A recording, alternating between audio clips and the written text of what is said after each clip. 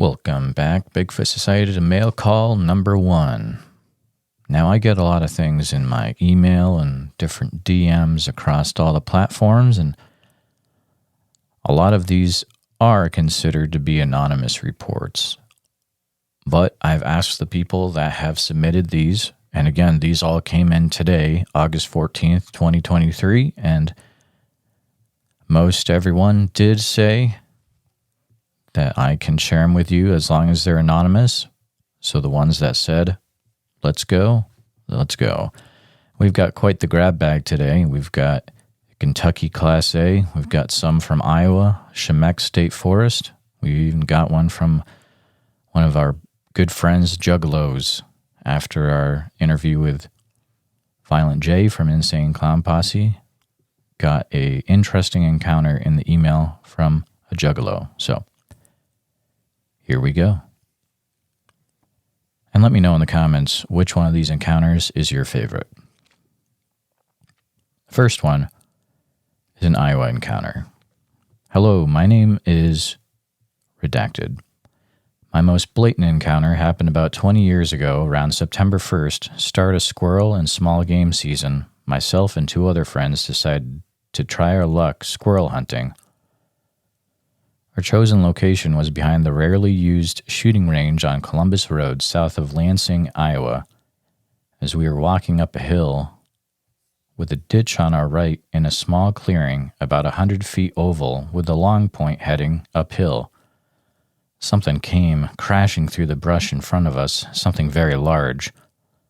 By the sound of snapping branches, it then began screeching like a chimpanzee with a slightly lower tone and beating on its chest like a gorilla. I remember saying, WTF is that? And we scurried down to the ditch and stood back to back with our rifles. I happened very fast, and within a couple minutes it went silent and retreated. So we did the same. And we never spoke about it, and I have gone back there. I honestly can't remember the rest of that day, and leaving the woods for that matter, if you pull up a Google Maps and search Columbus Road, you'll see that this encounter took place like right on the edge of Lansing, like less than 5 miles from town.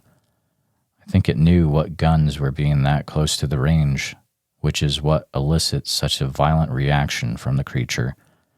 Just so you know, Yellow River Forest, where Finding Bigfoot had an episode, is like 10 miles from Lansing, and less from my encounter location. I've been stalked in the woods around here many times, and had a rock thrown near Decorah, and have a friend who is chased by one while on a canoe in the same area. Hope to hear from you. If you'd like to share my encounter, I'd be happy to, but I prefer to keep my name out of it. Well, you've got my email now. A little side note on that one. This individual was just in an episode of Bigfoot Crossroads. If you look up the episode with, I believe it's Bigfoot and UAP in Iowa, you can hear more of that individual story. The next encounter comes from an individual, and it's a double encounter. It's pretty long, so buckle in. A note for myself, this happens in the Dawson Springs area of Kentucky, which is land between the lakes and Hopkinsville. Of course, land between the lakes, known for Dogman and Bigfoot, shout out Martin Groves, and Hopkinsville, of course, Hopkinsville Goblins, #Hellier, just because I felt like saying #Hellier. Anyways, onto the encounter. I should preface this by saying I have a very vivid memory. My long-term memory is very astute. I remember so much from my very, very early childhood. So in '96, I was 6 years old. We lived in Iowa, but went down to Kentucky for a reunion on my father's side of the family. We usually had these sort of get-togethers in southeast Iowa. '96 was the only year we got together like this in Kentucky, at least in my lifetime. I don't remember what town we were near, but we were in the sticks, in a region with small mountains, heavy woods. I would guess there were 30 to 40 people at this family reunion, and it was in July. The area we had the reunion was a cabin with a few outbuildings and a long picnic shelter, probably 60 to 70 feet from the cabin. This was all in a sort of basin, maybe 20 acres, surrounded by an oxbow or horseshoe-shaped ridge of foothills coming off the mountains. I have no reference of direction, meaning orientation of north, south, east, west in the memory, but if you walked from the cabin, the shelter with picnic tables was diagonally to the left. If you headed straight left from the cabin, 60 or 70 yards away was the timberline. There was a footpath that led into the timber. My second cousin Mason, who is the same age as me, and I went into the woods. Everyone was eating lunch. It could have been anywhere from 11 a.m. to 1 p.m. Mason and I walked into the woods, and I remember we each grabbed a stick and were pretending to sword fight with them. We followed this footpath 200 yards or so into the woods until we came to a small clearing and just sort of hung around for a few minutes. We took to whatever we'd be playing with the sticks, which eventually became us pretending to be Power Rangers. And after throwing some punches and kicks into the air, Mason accidentally kicked me in the nose, and my nose began to bleed. I remember thinking it wasn't that bad of a bloody nose, but Mason went off to get an adult. It of course would have saved time if I had gone with him, but 6-year-olds don't think about this sort of thing. I watched Mason go off down the path toward the cabin. You couldn't see the cabin from the clearing I was in. The clearing was maybe 40 feet across. Even though it was midday, there was no direct sunlight in the clearing. It wasn't dark, there was just no direct sun from overhead, and after I watched Mason go down the path, I then turned to my left, 90 degrees, and this is when I saw this thing. 30 yards in front of me, there was a tree that must have been nearly 4 feet across. I'm good with tree species as an adult, but I don't have any recollection of the type of tree in my memory. An oak, a maple, a cottonwood. The tree was higher in elevation than where I was standing. I was probably eye level with where the tree met the soil, and I just happened to be staring at the tree for a few seconds, and this thing peeked around the right side of the tree. Its hand was already exposed, but I didn't notice the hand until it poked its head around. I still remember the movement of the thing's head. It moved so slowly, which was somehow making the experience so much worse. I remember seeing the movement of the head. I looked up at it, and as it was moving out from behind the tree, it felt like everything in my body dropped. All of my blood, every organ, every thought. I knew I was seeing something that shouldn't exist. I only saw the left hand, the head and part of the shoulder. But from what I saw, this thing wasn't massive like most people's encounters. It was big, but not massive. Most of the men on my father's side of the family are 5'9" to 6'1". I've never considered the exact height of the creature before, but I know it was taller than the men at the family reunion, just not by much. It must have been 6'3" or 6'4". I had no frame of reference for Sasquatch, Bigfoot, wild man, nothing like that at that age. When I saw it, it shocked me to a deep, old, primal place inside of me. It had hair covering most of its face, all seeming to swoop up and back. The hair was maybe 3 inches long and was the color of a chestnut horse's coat. The hair on its head made the top of the head seem wider, more bulbous than the face. The hair was really coarse. I remember the brow ridge hung over the eyes like a shelf. It was so prominent, which made the eyes seem set back. The eyes were very dark, and I don't know the color if I'm being honest. I just remember they were dark. I did see whites around the iris, but not as prominent as on a human being. The nose was massive, very wide. It protruded from the skull, but not by much, and was somehow distorted by hair. Its mouth hung open a little, and the mouth was just so different than human proportions. I've studied archaeology and anthropology extensively. I've also studied human proportions, especially the face. Usually the corners of our mouth line up with our pupils, and that varies a bit. This thing's mouth must have stretched from the outside corner of each eye. It was so wide.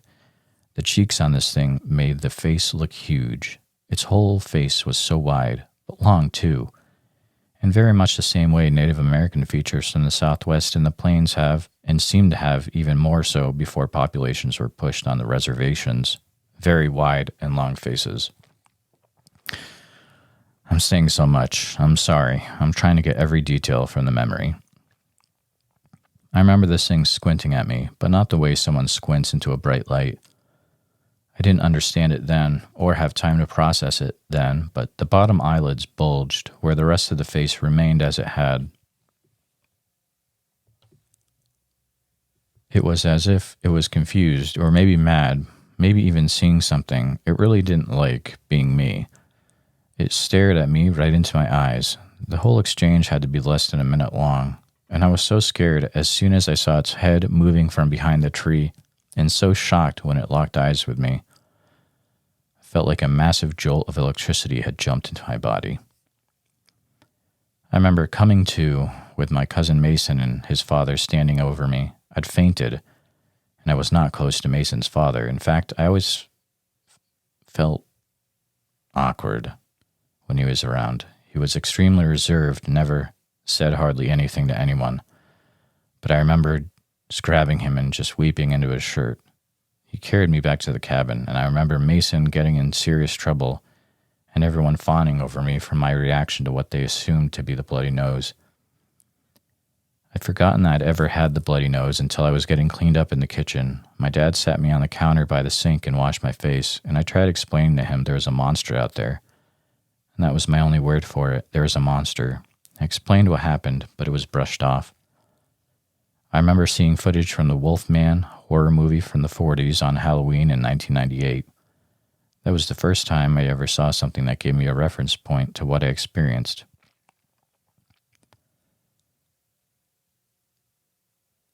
It honestly looked sort of like the Wolfman from that movie, so I thought I'd seen a werewolf.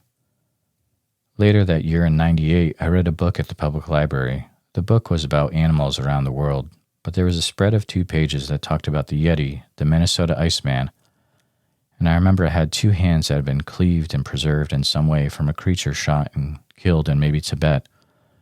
That gave me a deeper reference to what I'd seen. It's affected me my entire life. I camp all the time, and I'm always out on rivers and creeks. These things are always on my mind when I'm out, day or night, every season of the year, and even having seen one. I feel the same as someone who has never seen one and wants the same answers. I have no answers. I don't know, though. I speculate in my head all the time.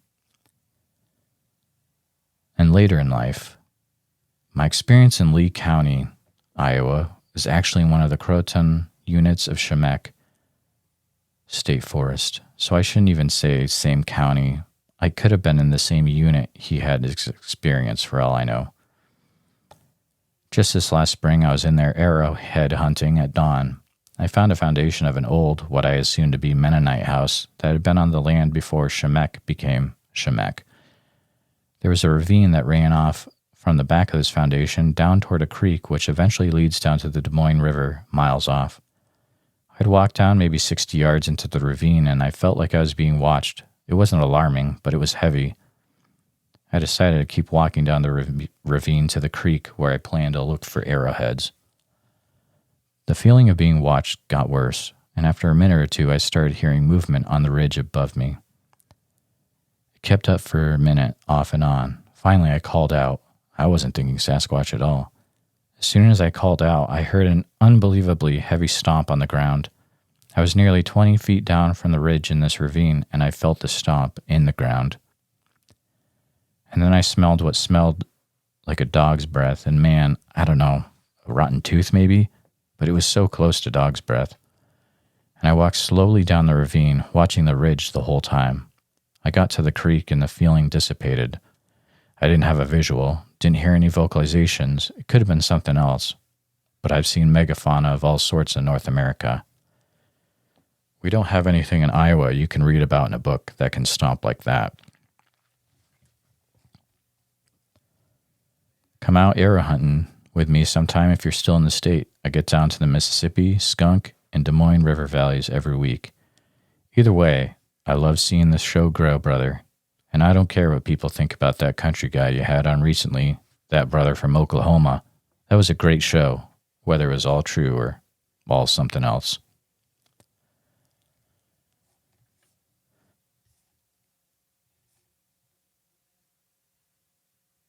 There's a little note from me. I've been beginning to hear a lot about Shimek State Forest. It's in the far southeast corner of Iowa. I think there's more going on there than people realize when it comes to Bigfoot. Maybe something to put in the back of your minds.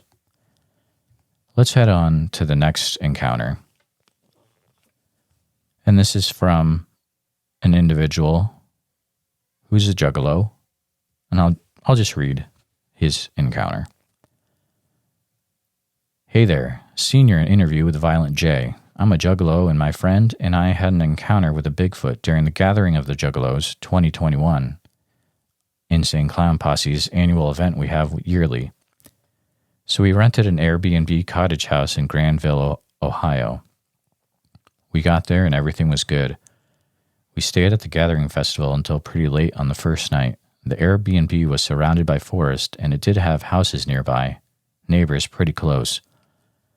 So we got back to the Airbnb that night, and I loved how remote it was. It was nearly completely dark, like pitch black.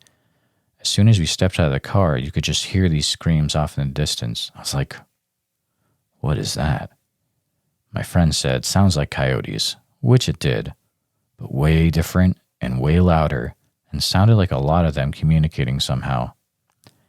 So my girlfriend was freaked out, and we went inside.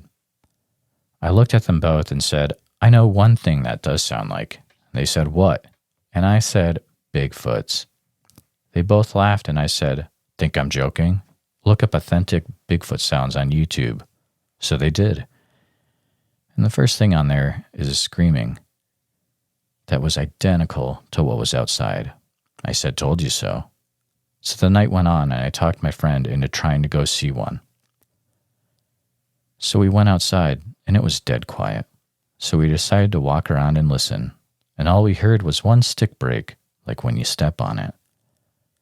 So we started knocking on wood, trying to get a response, and got nothing. We decided to walk over by the front of the forest. We sat there for a minute or so, and my friend is all up in front of me, about 2 feet away. I can hardly see in the dark, and I see him slowly backing up, and I'm like, what is it? And all of a sudden, this thing growls at us so loud we fell backwards and got up after being frozen for a minute and ran fast as we could back to the Airbnb. I've heard lots of loud wild animals, but never anything like that. It was a Bigfoot. I did not see it with my eyes, but I know that is exactly what it is, and I know we heckled him long enough, and it was pissed. But anyway, we didn't hear it anymore any of the other nights. Just wanted to share that with y'all. Hope you enjoyed my story. It's all real and truthful. Thank you.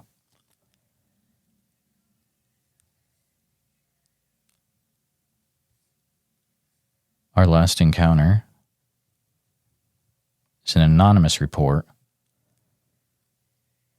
from out in the Pacific Northwest, I believe Oregon. On October 5th, 2021, I headed to work early on Highway 26, heading east just past Rhododendron and past mile marker 45.5. Turned on my high beams and noticed what looked like a yellowish-looking maple leaf out from a tree. This part of the forest is thick with fir and pine trees, and as I approached about 50 feet away, I seen the leaf was stuck to a large, black, hairy arm and shoulder. The hair was thinner around the bicep and noticed grayish skin beneath, and the shoulder was huge. I let off the accelerator and it slided behind the tree smoothly. My first thought was, what? Then I thought, bear? No frickin' way that was a bear. I live here and deal with bears a lot on our property. Bears' arms are not that long, or shoulders built like that. When I passed it on my right, my headlights were past it, and I have tinted side windows. I continued to work, running what was happening over in my head. I contacted a local researcher and met him after shift so he could investigate. And he mentioned that this was an area that had previous sightings over the years. And that's all we have for the mailbag today. As Bigfoot Society mail call number 1. If you have an encounter that you would like to share, please feel free to reach out by emailing me at bigfootsociety@gmail.com. That's the best way to share your encounter with me, because sometimes DMs do get lost in other platforms, but email is the best way for you to get your encounter to me. Please let me know if you would like this to be anonymous or what name you would like me to use,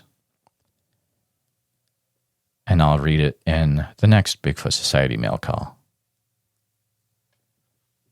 As always, thanks for listening. Make sure you're subscribed and share this episode with a friend.